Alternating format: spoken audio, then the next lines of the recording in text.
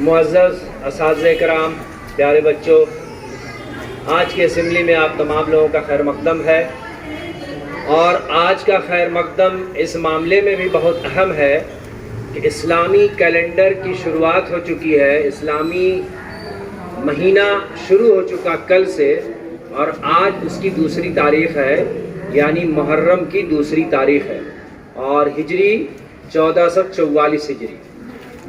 دنیا کی ساری قوم اپنے کیلنڈر کو یاد رکھتی ہے، اور جب سے ان کی شروعات ہوتی ہے سیلیبریٹ کرتی ہے۔ ہم لوگ سیلیبریٹ تو نہیں کریں گے، لیکن یاد ضرور رکھیں گے کہ ہمارا اسلامی سال کس مہینے سے شروع ہوتا ہے اور کون سا اسلامی سال شروع ہوا، یہ ہمارے لیے ضروری ہے۔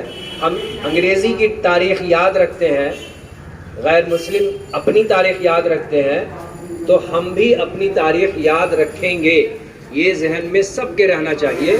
تو آئیے اس سلسلے میں آج خاص پیغام ہم لوگ یہاں سے سنیں گے، اور ہمارے بیچ آپ کے اسکول کے معزز استاد انظار احمد صادق صاحب، مقرر، خطیب اور اچھے مصنف، آپ لوگوں کے مصنف، بچوں کے مصنف، آج آپ سے کچھ کہنا چاہتے ہیں نئے سال پر۔ دیکھیے کیا پیغام دینا چاہتے ہیں انظار احمد صادق صاحب۔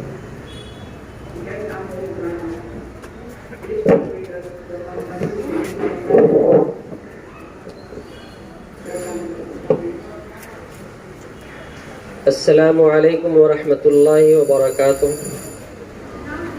بسم اللہ الرحمن الرحیم وبہ نستعین۔ پرنسپل صاحبان، اساتذہ کرام، خواتین معلمات، عزیز طلباء و طالبات اور اسکول انتظامیہ، نیا اسلامی سال 1444 ہجری مبارک ہو۔ دیار عشق میں اپنا مقام پیدا کر، نیا زمانہ نئے صبح و شام پیدا کر۔ محرم الحرام کا مہینہ شروع ہوا، اس کے ساتھ ہی نئے ہجری سال کا آغاز ہو گیا۔ 2 محرم الحرام نئے سال 1444 ہجری کا آج دوسرا دن ہے۔ سال کے مہینوں کے یہ قمری نام عرب میں پہلے سے ہی رائج تھے، لیکن ہجری کیلنڈر نہیں بنا تھا۔ حضرت عمر رضی اللہ عنہ کے دور خلافت میں ایک بار تاریخ کے سلسلے میں اختلاف پیدا ہو گیا۔ یہ مسئلہ اس وجہ سے پیدا ہوا تھا کہ اسلامی سلطنت اب صرف مدینہ تک ہی محدود نہیں تھی، بلکہ اس کا دائرہ عرب سے باہر ایران اور روم کی سرحدوں تک پھیل چکا تھا۔ اس وقت لوگوں نے اس کی ضرورت محسوس کی کہ اسلامی حکومت کا اپنا کیلنڈر ہونا چاہیے۔ ایک نیا اسلامی کیلنڈر بنانے پر صحابہ کرام رضی اللہ عنہم کا اتفاق ہو گیا۔ اب سوال یہ تھا کہ نئے اسلامی سال کا آغاز کہاں سے ہو۔ مختلف تجاویز آئیں، جن میں ایک تجویز یہ بھی تھی کہ ہجرت کو اس کی بنیاد بنایا جائے، چونکہ اسلام کا فروغ ہجرت سے ہی شروع ہوا تھا، اس لیے اس تجویز کو لوگوں نے بالاتفاق منظور کر لیا، اور حضرت عمر رضی اللہ عنہ کے دور خلافت میں اس فیصلے کے بعد اب ہر سال ماہ محرم سے نئے ہجری کیلنڈر یا نئے اسلامی سال کا آغاز ہو گیا۔ جب تک دنیا میں مسلمانوں کی حکومتیں قائم رہیں تو مسلم معاشرے میں سارا کاروبار اسلامی یا ہجری کیلنڈر کی تاریخوں کی بنیاد پر ہوا کرتا تھا۔ ہندوستان میں اکثر مسلم حکمران نے ہجری کیلنڈر کو اپنے سرکاری کام کاج کی بنیاد بنایا، لیکن ہندوستان میں انگریزوں کے آنے کے بعد ہجری کیلنڈر کا استعمال ختم ہو گیا، اور اس کی جگہ عیسائیوں کا عیسوی کیلنڈر استعمال ہونے لگا، جس میں جنوری کے مہینے سے سال شروع ہوتا ہے اور دسمبر کے مہینے میں ختم ہو جاتا ہے۔ دنیا کے مسلم حکمراں اگر چاہتے تو اپنی حکومتوں میں ہجری کیلنڈر استعمال کر سکتے تھے، لیکن اس وقت بیشتر مسلم حکمراں چلو تم ادھر کی ہوا ہو جدھر کی پر عمل پیرا ہے، اس لیے انہوں نے بھی اپنی حکومتوں میں عیسوی کیلنڈر کو ہی رواج دے رکھا ہے۔ یہ رویہ اور طریقہ اس بات کا کھلا ثبوت ہے کہ مسلم ملت اپنی شناخت بھول بیٹھی ہے۔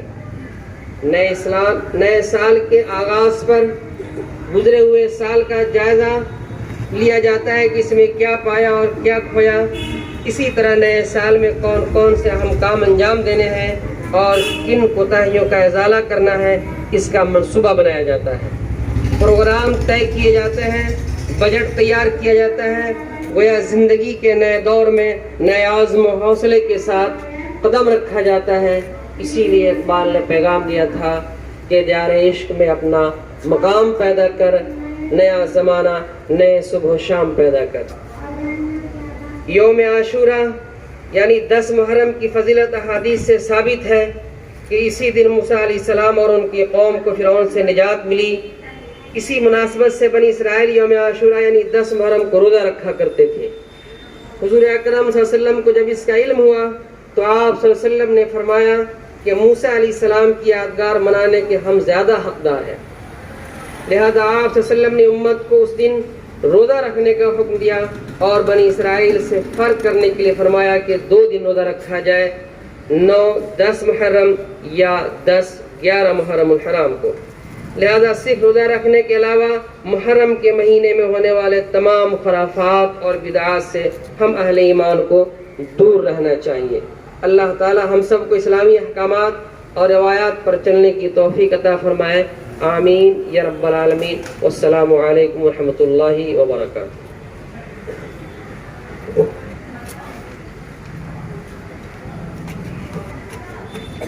جزاک اللہ انظار احمد صادق صاحب. پیارے بچوں اور تمام اساتذہ کرام نے ہجری کیلنڈر کا تاریخی پس منظر سنا کہ کیسے شروع ہوا، کب شروع ہوا. لہٰذا ہمیں یاد رکھنا یہ ہماری زندگی ذمہ داری ہے. جو قوم خود کو نہیں پہچانتی ہے، جو قوم خود کو بھلا دیتی ہے، اس کو دنیا بھی بھلا دیتی ہے. یہ یاد رکھنے کی چیز ہے کہ ہم لوگ اپنے شعار کو، اسلامی شعار کو یاد رکھیں، اور اس کا ایک ذریعہ ہوتا ہے اردو اخبارات. اسلامی کیلنڈر کی کون سی تاریخ ہے؟ آج بھی پورے ہندوستان میں اردو اخبار ہی تلاشا جاتا ہے کہ ذرا لاؤ اردو کا اخبار دیکھیں آج کون سی تاریخ ہے. تو ہر گھر میں ایک اردو کا اخبار آئے، اس میں اسلامیات بھی پڑھنے کو ملتی ہے اور آپ اپنے اسلامی کیلنڈر سے بھی باخبر رہتے ہیں. جزاک اللہ بہت انظار صاحب.